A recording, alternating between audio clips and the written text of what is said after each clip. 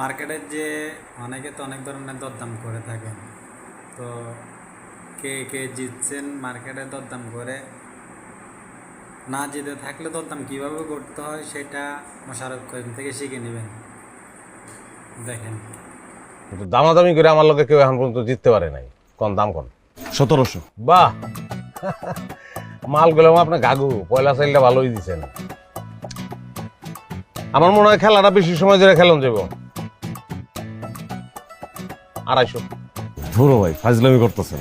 এই রাগন গেলি ভাজলাম করুন কেন? আপনি একটা চাল দিছেন আর আমি একটা চাল দিলাম, আপনি আর একটা চাল দিবেন, নাহলে কি খেলা জমবো? দেন চাল দেন।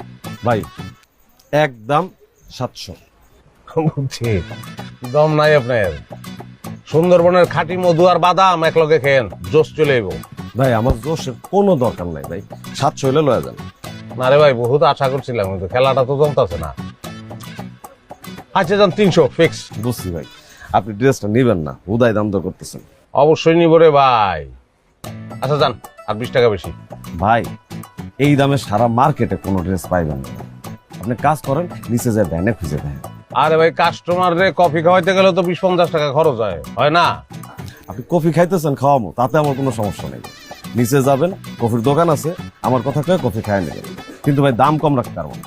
দাম 7 না, আপনার জন্য 500 লাস্ট। 500 মানে 500, নিলে নিয়ে যান, না নিলে কম না। হেরে গেলাম ভাই, এই পয়লা হারলাম। প্যাকেট করেন। কফি কিন্তু